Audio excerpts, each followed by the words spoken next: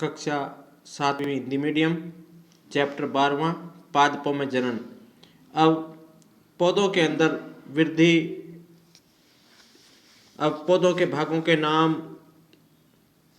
पौधों के जनन की विधियां इस पाठ में समझाई गई है। अब हमने देखो कि पौधों के अधिकांश भाग में जड़, तना, पत्तियां होती है, वे कायिक अंग कहलाते हैं। अब उनकी वृद्धि निश्चित है। अवधि के बाद अधिकांश पादपों में पुष्प निकलते हैं, जैसे वसंत ऋतु में आम के वृक्षों को फलित होते देखा होगा, और यह पुष्प बाद में आम के उन रसीले फलों को निर्मित करते जिनका आनंद हम गर्मियों में उठाते हैं। तो फलों को खाते हैं और हम उनकी गुठलियां फेंक देते हैं और वो बीज अंकुरित होकर के नया पौधा बनता है। तो ये पौधा पुष्पों की जो है जनन अंग हो गए। और इसमें जनन अंग जो है दो प्रकार के होते हैं, अलैंगिक जनन और लैंगिक जनन। अलैंगिक जनन ये हम बिना किसी बीज के नए पौधे उगाते हैं, वो अलैंगिक जनन कहलाते हैं। जैसे गुलाब, हम उसके गुलाब के टहनी काट करके लगा देते हैं तो वो लग जाता है। अब लैंगिक जनन जो है वो बीजों से होता है, नए पौधों को बीजों से प्राप्त करते हैं। अब कायिक वर्धन इस प्रकार का अलैंगिक जनन है जिसमें पादप के मूल, तने, पत्ती अथवा कली जैसे कायिक अंग द्वारा नया पौधा प्राप्त करते हैं, तो और वो पादप के कायिक भागों से होता है, तो यह कायिक प्रवर्धन कहलाता है। अब हम देखते हैं कि आँख के जो आलू है, अदरक है, उसके ऊपर एक छोटा सा निशान दिखाई देता है जिसमें से पौधा निकलता है, तो वो आँख कहते हैं। और उसको आँख को भाग को मिट्टी में दबा दीजिए और उस स्थान पर कुछ दिनों बाद पानी डालते रहिए और आलू के टुकड़ों को मिट्टी में दबाया गया है तो आलू के टुकड़े को खोद करके निकाल लीजिए। आप देखें किस प्रकार अदरक अथवा हल्दी का भी पौधा उग जाता है। अब है इस प्रकार से शकरकंदी को भी उगा सकते हैं। अब कैक्टस जैसे पौधे के वे भाग हैं जो मुख्यतः पादप से अलग हो नए पौधे को जन्म देते हैं और वृद्धि कर सकते हैं। तो ये मुकुलन। अब इसके अंदर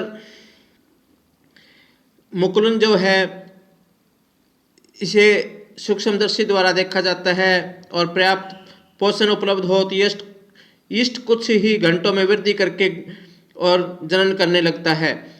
और यीस्ट को एकल कोशिका जीव है, यानी एक कोशीय जीव है। तो अब देखो इस तरह से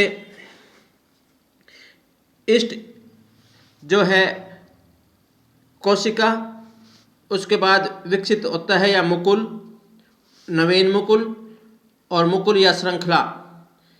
अब बेकरी से यीस्ट केक अथवा केमिस्ट की दुकान से यीस्ट पाउडर खरीद लें और चुटकी भर यीस्ट लेकर के कुछ ऐसे पात्र में रखें जिसमें कुछ जल हो, 1 चम्मच शक्कर डालें और उसमें घोल लें। अब पात्र को किसी कमरे के गर्म भाग में रखें तो तत्पश्चात द्रव की 1 बूंद कांच की स्लाइड के सूक्ष्मदर्शी देखें क्या दिखाई देता है कि नई यीस्ट कोशिकाओं को देख सकते हैं। यानी कि इसको हम देसी भाषा में खुम्बी कहते हैं। तो यीस्ट कोशिका से बाहर निकलने वाला बल्लभ जैसे परावर्तन या मुकुल या कली कहलाता है। अब वृद्धि करता है, जनन कोशिका से अलग विलग हो जाता है। तो ये है खंडन। अपने तालाबों या ठहरे हुए पानी के अन्य जलाशयों में हरे रंग के अवपक्की गुच्छे तैरते हुए देखे होंगे, तो ये शैवाल है। जो काई होती है उसको शैवाल बोलते हैं। जब जल और पोषक तत्व उपलब्ध होंगे तो शैवाल वृद्धि करते हैं, तेजी से खंडन द्वारा गुणन करते हैं और शैवाल 2 या 2 से अधिक खंडों में खंडित हो जाते हैं। ये खंड अथवा टुकड़े जीवों में वृद्धि कर जाते हैं, तो यह प्रक्रम निरंतर चलता रहता है। कुछ समय बाद में शिवाल एक बड़े क्षेत्र में फैल जाते हैं। Thank you. कैक्टस जैसे पौधे के वे भाग हैं जो मुख्यतः पादप से अलग हो नए पौधे को जन्म देते हैं और वृद्धि कर सकते हैं। तो ये मुकुलन, अब इसके अंदर मुकुलन जो है इसे सूक्ष्मदर्शी द्वारा देखा जाता है और पर्याप्त पोषण उपलब्ध हो तो यीस्ट कुछ ही घंटों में वृद्धि करके और जनन करने लगता है। और यीस्ट को एकल कोशिका जीव है, यानी एक कोशीय जीव है। तो अब देखो इस तरह से यीस्ट जो है कोशिका, उसके बाद विकसित होता है या मुकुल, नवीन मुकुल और मुकुल या श्रृंखला। अब बेकरी से यीस्ट केक अथवा केमिस्ट की दुकान से यीस्ट पाउडर खरीद लें और चुटकी भर यीस्ट लेकर के कुछ ऐसे पात्र में रखें जिसमें कुछ जल हो, 1 चम्मच शक्कर डालें और उसमें घोल लें। अब पात्र को किसी कमरे के गर्म भाग में रखें, तो तत्पश्चात द्रव की एक बूंद कांच की स्लाइड के सूक्ष्मदर्शी देखें क्या दिखाई देता है कि नई यीस्ट कोशिकाओं को देख सकते हैं, यानी कि इसको हम देसी भाषा में खुम्बी कहते हैं। तो यीस्ट कोशिका से बाहर निकलने वाला बल्लभ जैसे परावर्तन या मुकुल या कली कहलाता है। अब वृद्धि करता है, जनन कोशिका से अलग विलग हो जाता है। तो ये है खंडन। अपने तालाबों या ठहरे हुए पानी के अन्य जलाशयों में हरे रंग के अवपक्की गुच्छे तैरते हुए देखे होंगे, तो ये शैवाल है। जो काई होती है उसको शैवाल बोलते हैं।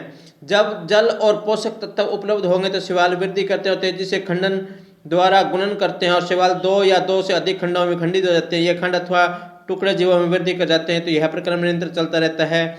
कुछ समय बाद में शैवाल एक बड़े क्षेत्र में फैल जाते हैं। Thank you.